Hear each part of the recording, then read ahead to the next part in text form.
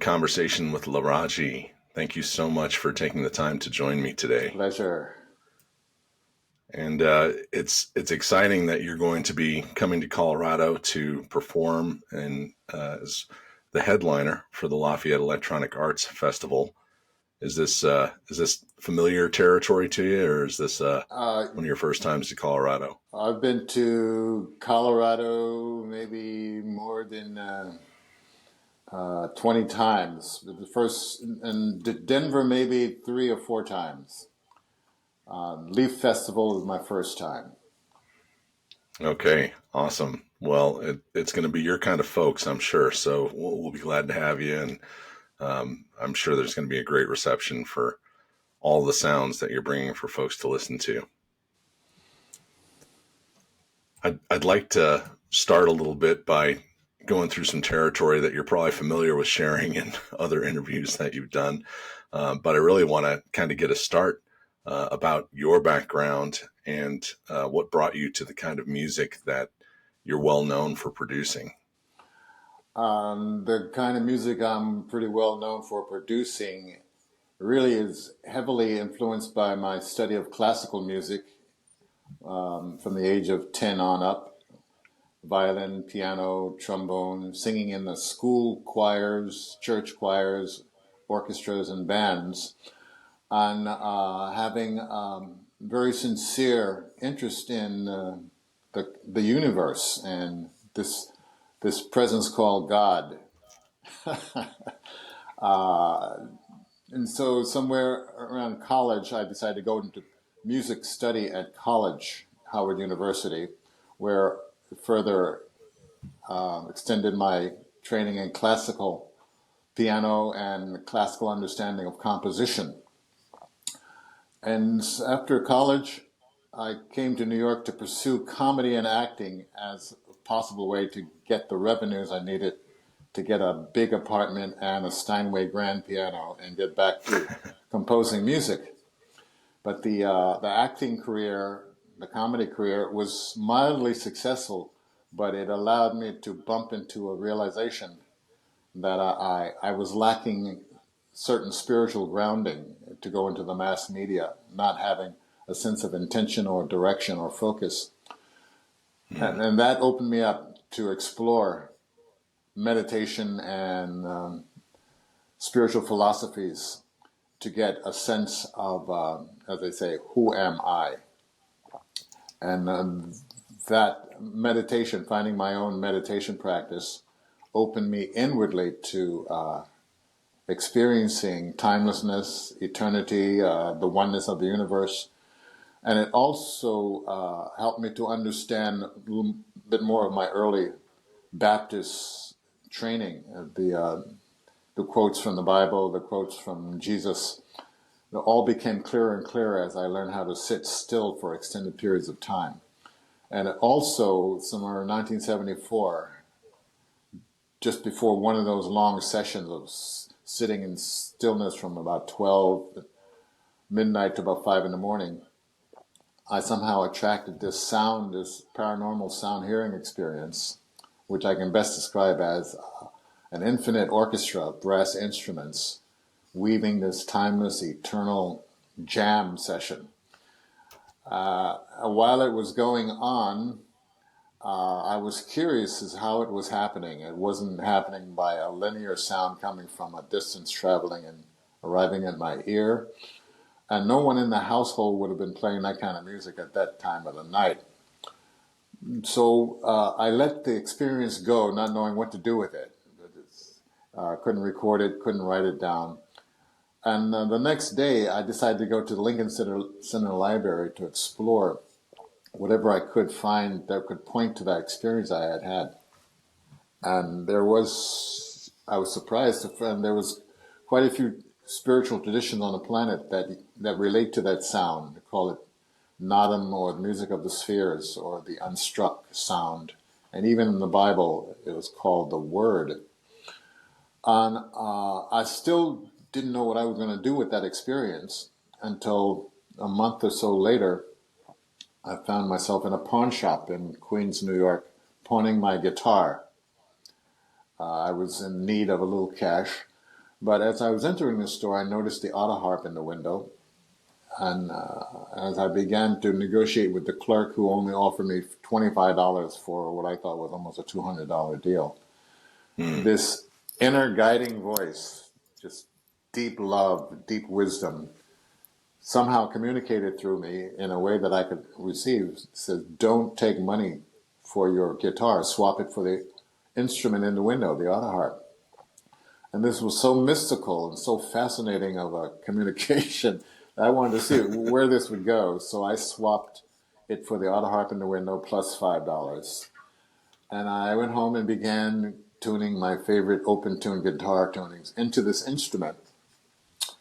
And I discovered that I could enjoy hours of exploring this sound while being in near meditative states.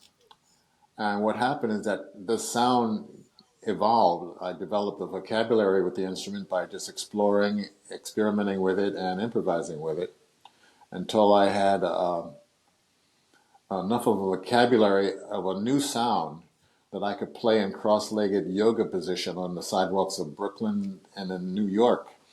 And I realized eventually that what was happening is I was referencing that mystical sound hearing experience that informed the kind of musical performance I would be reaching for on this side of the veil, I call it.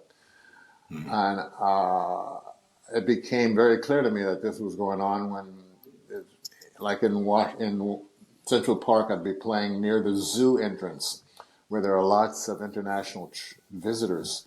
And I would hear people from different countries remark on their experience of the sound as it represented an instrument in their country, or they would say that, gee, I had a deep meditative experience, or I left the hustle and bustle of my inner life and traded it for this peaceful, temporary listening experience. And that helped me to understand that mystical experience I had in 1974, I couldn't duplicate it in the physical dimension, but it informed the kind of music I reached for. So this is to answer your question. That's was the biggest impact on the direction of my music today, to channel music to reflect an infinite timeless spaciousness that's going on everywhere, even where every listener is. And to my meditative path interlocked with the yoga and Tai Chi along the way. And so I learned that the practice of meditation, which usually closes with a final pose called Shavasana, is which I have come to play a lot for different yoga classes over the years. So I used the Shavasana music as an intention to play music for people who are imagining are in that deep meditative receptive place where inner knowledge and inner wisdom can come forth.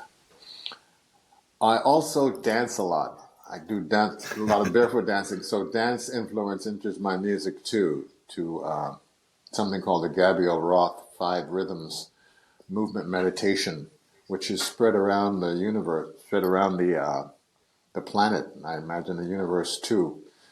And I use my dance enthusiasm along with meditation enthusiasm to drive my spontaneous improvisations, is what I do on stage and in recordings.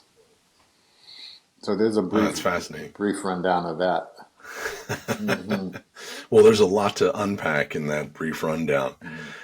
So I'd like to kind of shift off of the music track for just one moment and acknowledge the fact that you've got your own rich spiritual tradition that you've embraced as a seeker. And I heard you mention your Baptist upbringing, but then I've heard, this fusion with Eastern mysticism, Yes. yoga, meditation. It sounds to me like you have arrived at your own sort of composite of spiritual beliefs that guide you. Is that fair to say? Yes. And I like the way you put that, because each time I really make internal connection with this belief, I asked myself, does any of this feel like the words that were used to guide me here? In other words, do other people's religious talk match my inner experience? And there's an abstract sense that when I feel that everyone, when they get to that internal place, it's very unique and maybe even more than what the words used to describe this place are. So I would say that my place is unique, and I would believe everyone's place is unique when they get to it. And unique in the sense that the people that I've come to serve, my following or my listeners, that I bring to them a jazz, R&B, rock and roll background, and a developing ambient sensibility, so that there you might hear in my music and in my practice a unique blend of influences that someone else is couldn't duplicate. I couldn't duplicate myself. Well, that's good because I think what you bring is definitely one of a kind, and you broke the mold. Uh, In let a, me yeah, I would say in a go way ahead. that's a little not problematic, but concerning whenever I think to myself, who could I call on to replace me if I couldn't do a gig? And I'm at a loss for that. I believe it. I believe it. Well, you've established yourself with a very unique sound, and we'll definitely get onto that track here in a moment. But I just kind of want to close this particular theme with you and ask the question about how you were introduced to Eastern mysticism. Where did that come, into your spiritual practice? Given that you had an upbringing that isn't normally open to receiving other philosophies. Yes. Well, around 1970, my music agent, Ernestine McClendon in New York City, who handled people of color and casting them into the to movies, she sent me out on an audition for a movie that Robert Downey Sr. was directing called Putney Swope. Hmm. And I was given a role in the movie of a chemical engineer. But I didn't know what the rest of the movie was about because my part required only 2 pages. I only saw 2 pages of the script. And I didn't know what the whole movie was about. Putney Swope was an interesting name. When I saw the final release of the movie, I was rather surprised at how easy I could be a part of a mass media production and not know what it's about until the last moment. And that rose the question of just what are my boundaries in the math? Would I be in a movie that represented violence or sex or Hmm. drugs and I just didn't have. I said I'd go for the money, but I said, but then I started to feel uncomfortable when I started to notice some people's reaction to the movie, and I said, do I want to take responsibility for that?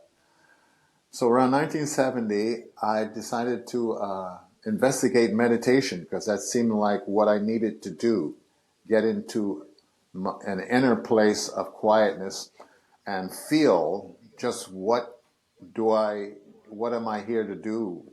Do I really care? What are my priorities on a deeper level?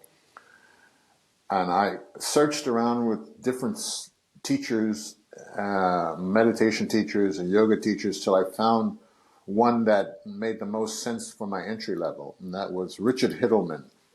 He was a Western teacher of yoga and meditation, and a book called the Bantam Book, the Little Book of Yoga and Meditation.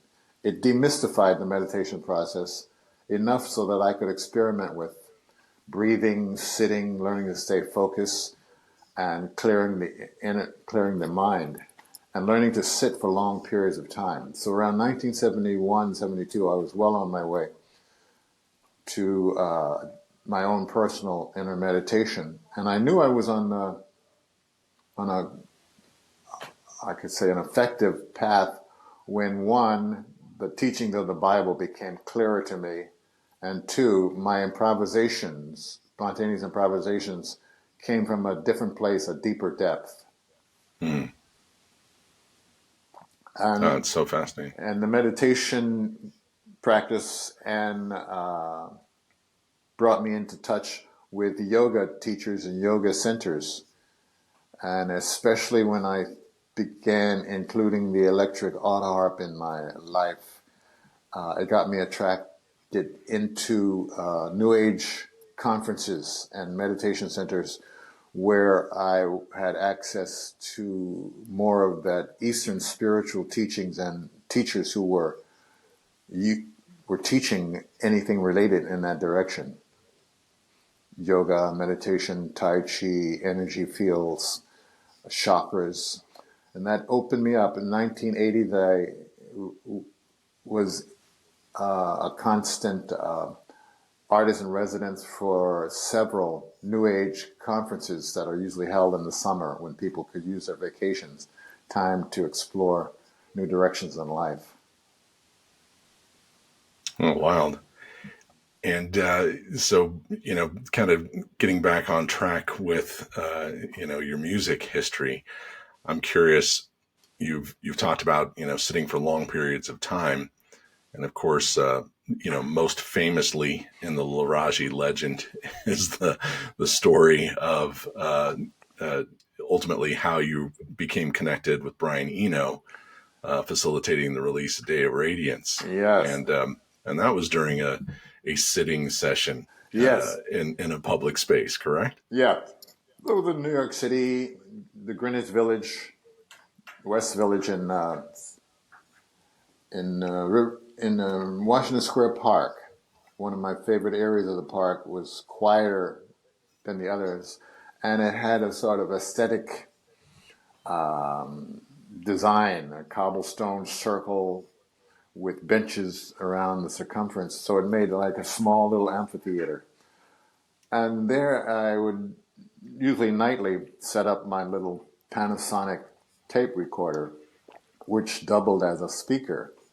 So I would plug my auto harp, usually with auto harp going through a phase shifter into this Panasonic tape recorder speaker, and channel music for an hour, 2 to 3 hours, and with my eyes closed, sitting in a cross-legged position. And usually when I'm done, I'm usually counting the change in my Zither case.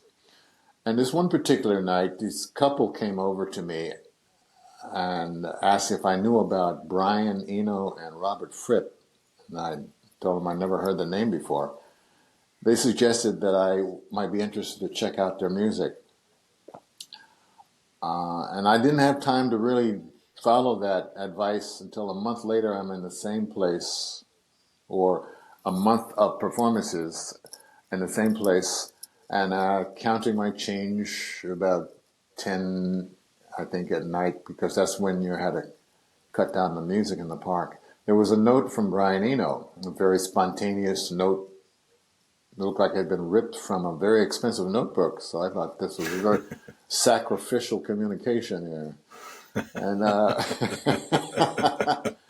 and he said, "Dear kind sir, I'm wondering if you would be interested in talking about being a part of a music project I'm producing, signed Brian Eno," and his telephone number. And I thought, wow, what's going on here?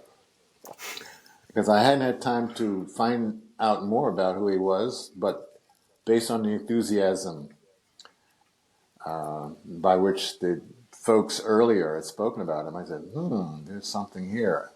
I made a phone call, and I agreed to come by and visit him. He was living in the village at that time, not far from Washington Square Park, and he lived in a penthouse. And so I visited him, and we spent about an hour talking about music, life, electronics, and he got around to the subject of ambient music.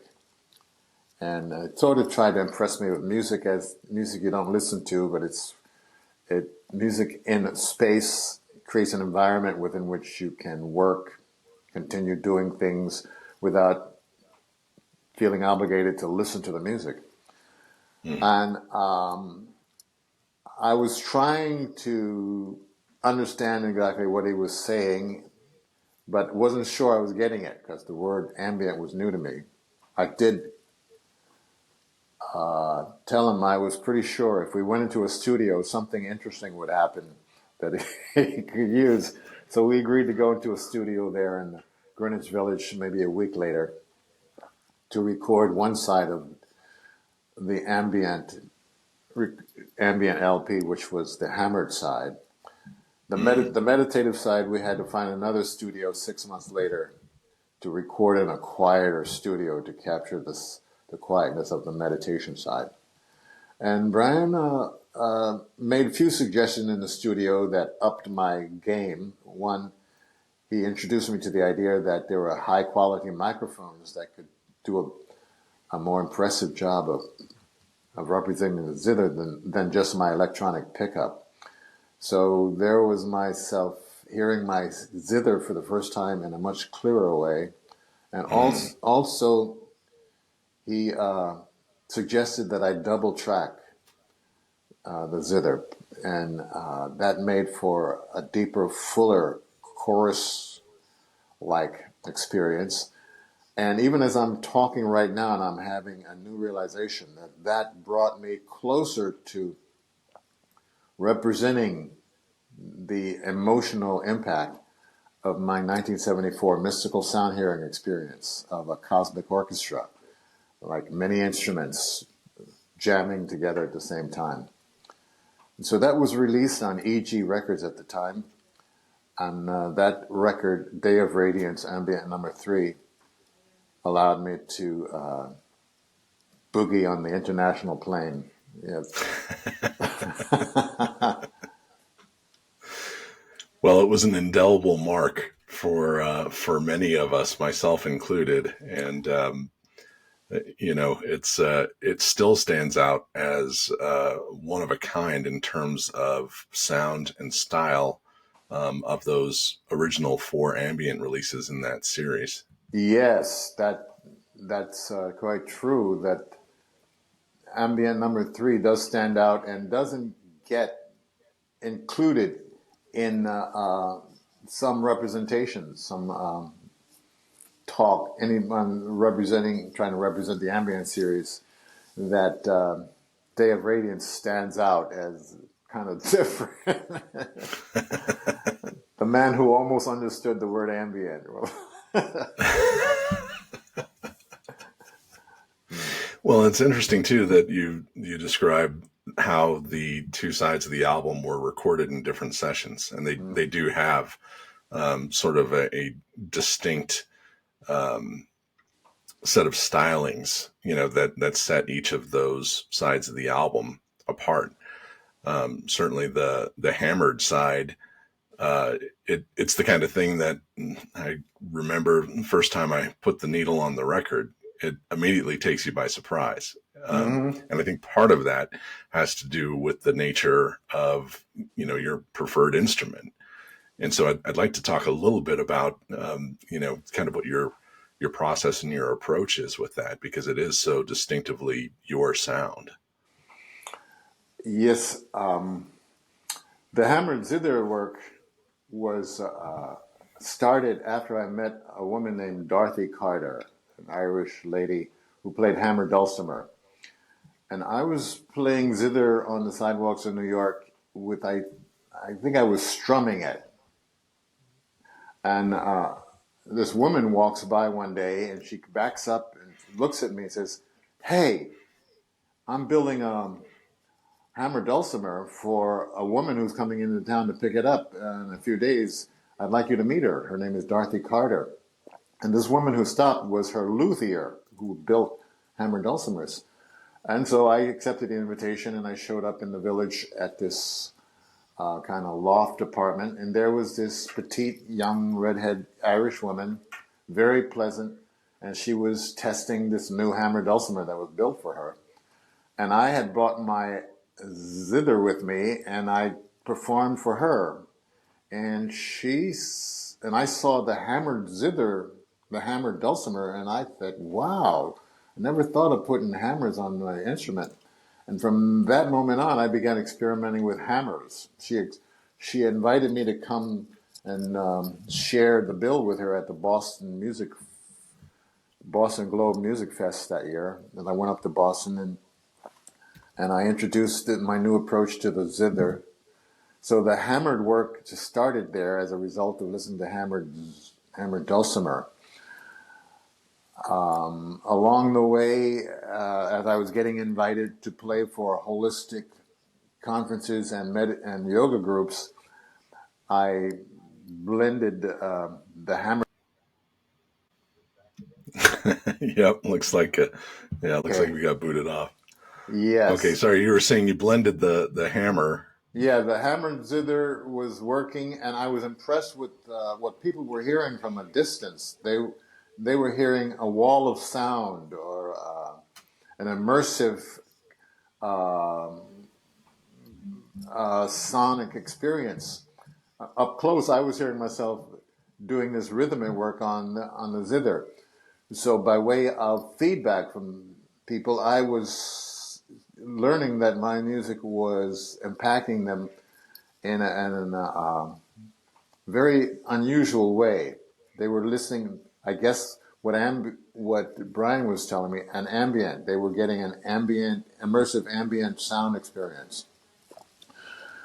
So that encouraged me to be to be more mindful in my rhythms, to allow the rhythms to sometime become indistinct and to create this sort of called Brownian motion, this randoms molecule floating, bumping, and racing through the universe sound.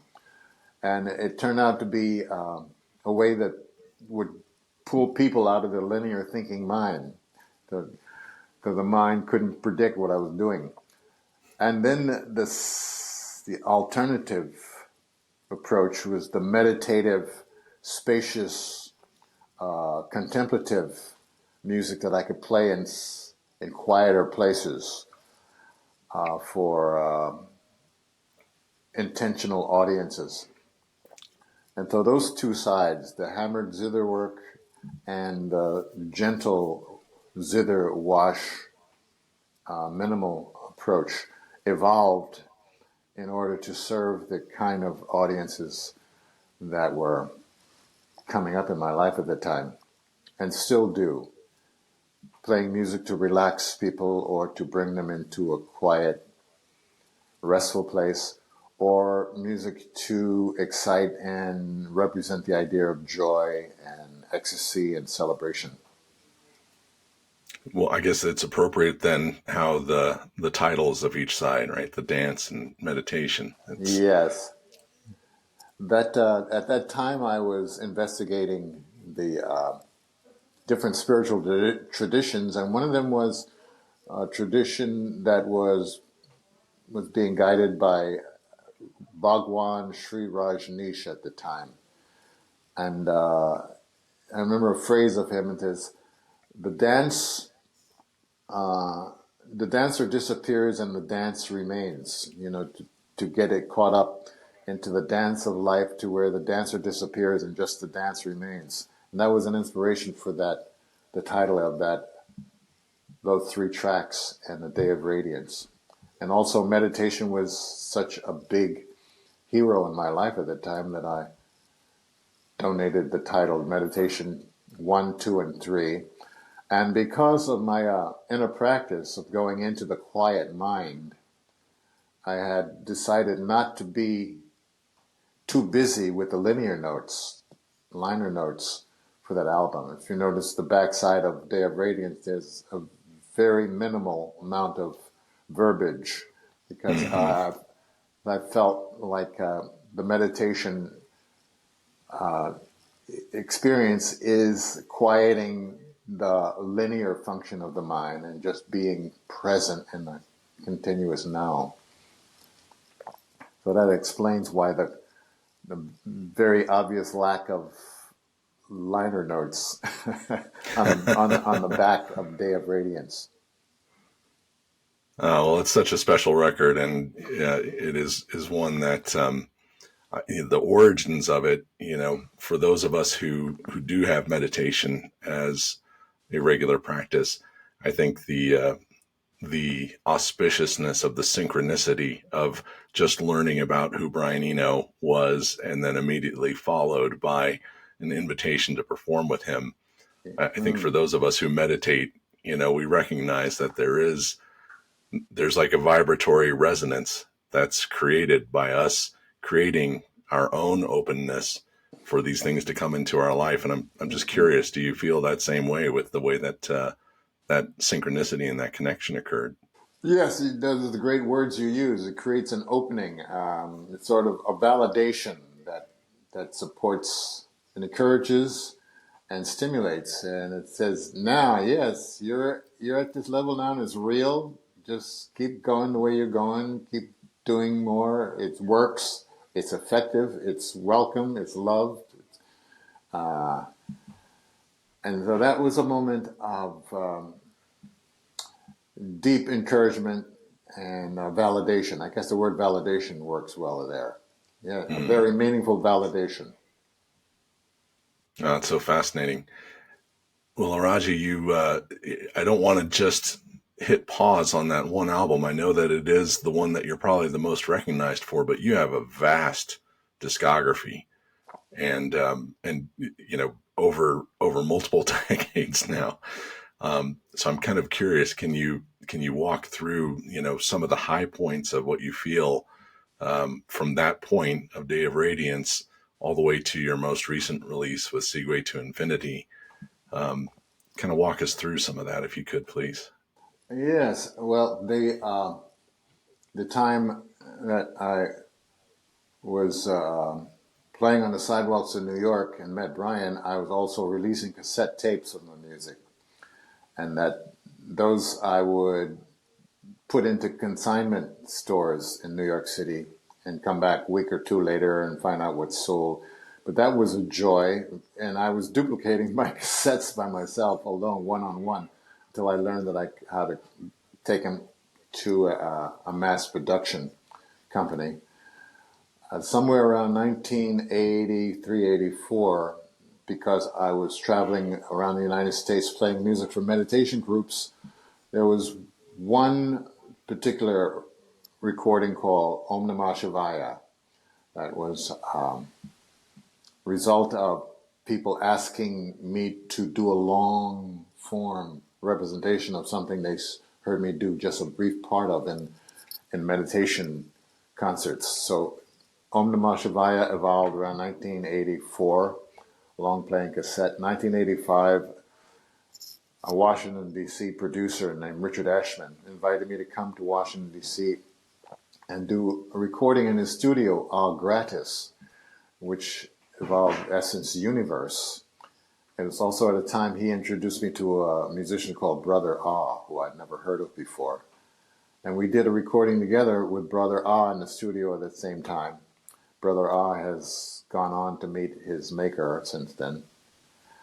Then there was, around 1986 is when the Day of Radiance international release, the impact of it started to create an interest of my traveling. So Opal Evening, which was Brian Eno's company, Opal Limited was his record company, and he formed a traveling group called Opal Evenings, which was composed of artists on his Opal label, that we would travel and do individual concerts during the show and then come together at the end and do a spontaneous improvisation. So during that period, I did some recording called Excellent Spirits and Channel Light Vessel was the name of the group. that came to be known out of that. Bass with Bill Nelson, Kate St. John, Roger Eno, Mayumi Tachibana. Those were two recordings that did mildly well. Then in 1993, I think it was Flow Goes the Universe, which was a compilation of different recordings that took place en route during the music tour with Opal Evening. And Michael Brook produced that. Flow Goes the Universe. And then there were like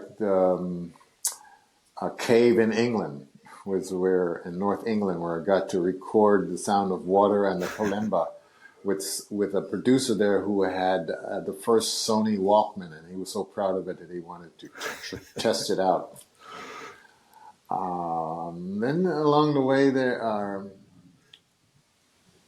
I'm trying to keep in mind, recently there's a Segue to Infinity and Bring on the Sun,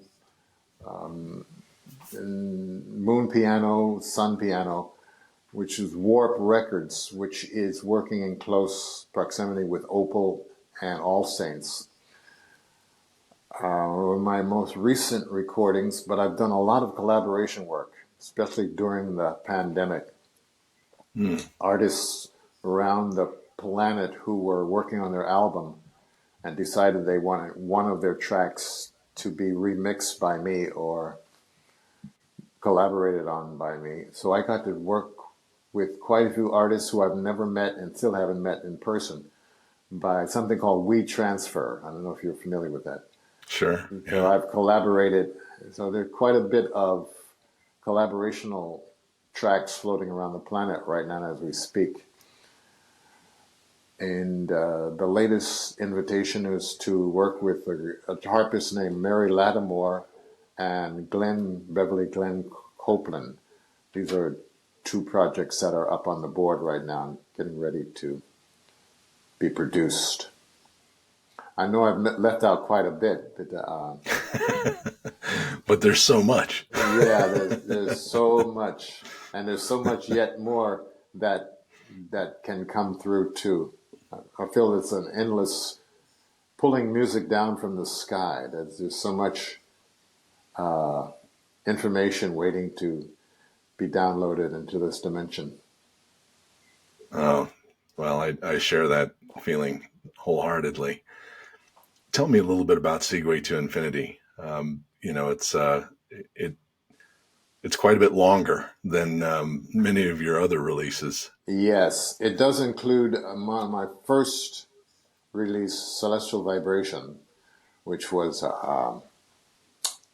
hammered zither work, strummed work, and some kalimba work, and a guest flautist. And that was produced by a lawyer who was listening to me at a holistic lecture one night.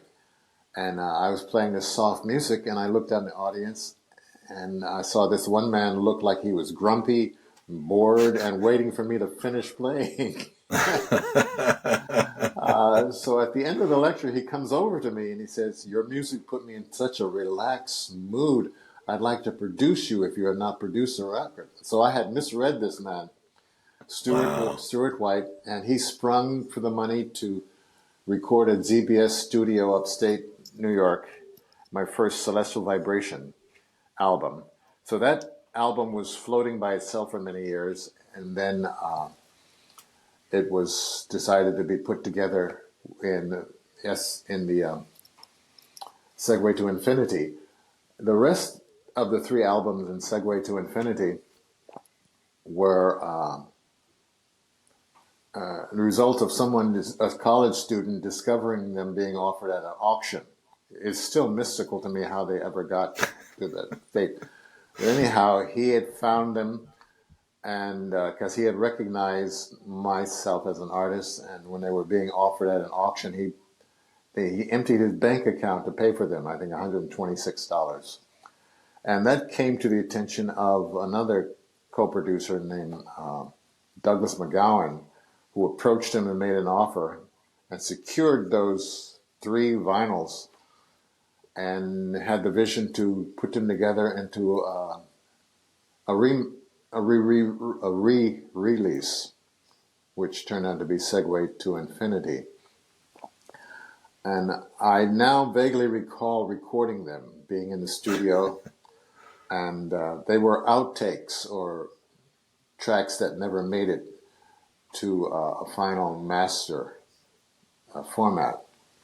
It was during a time when there was a record, the New Age company called Relaxation Music, and they took on the project, I think, of producing it, but never did anything with it. And they might have been the ones to release it into a place where it finally wound up in an auction. So when I heard the music again, it was still mystical. I recall vaguely recording it. I don't know how it got to an auction, and I'm happy that it's getting heard again, and I'm very impressed that it's being well received. Tracks that were outtakes, that were forgotten about, suddenly being listened to by people who are enjoying it. That's a fascinating story. Once again, another set of mystical synchronicities, it seems, bringing all of that together. Yes, indeed. It's one amazing thing about early years of recording and signing little contracts. There's a clause that says we reserve the right to release this in any format yet unknown. And CDs weren't known at the time, or streaming wasn't known at the time. Right. And to see this music reaching people through media that were then unknown is a blessing. And somehow seemingly appropriate for the type of music that you produce. Yes, immersive music. People can walk around with their iPhones, with earphones, and get this immersive stereophonic experience wherever they're on a boat or an airplane or in a car. That's fascinating. Laraaji, can you share with me a little bit about how you feel like your production style, how has it evolved throughout all of that discography that you just walked me through? Well, the deeper influence, or influence of deeper meditative understanding, influences my trust of the spontaneous improvisation process, being prepared, how to prepare myself for recording a performance, practice of movement, of breath work, of positive affirmations, have become like a staple in my preparation for recording and performance. The difference in the early recording and performance and today is that I am blessed with portable high-end sound processing pedals. The higher end. Before, in the beginning, I'd pay $99 to $150 for a pedal, and that was my boundaries. Now I moved up to anywhere from 200 to 700 for pedals that are portable, but allow me to do more exquisite sound painting, and also as a result of plugging in lo-fi pedals over the years, learning that certain engineers' high-end equipment isn't that well accepted. So I've learned how to appreciate using higher-end electronics in my more professional performances. That's great. I want to ask you also about your name. Obviously, Laraaji is not your given name, but I'm curious if you can share the story about how you arrived at Yes. how you were called. My birth certificate's name is Edward Larry Gordon Jr.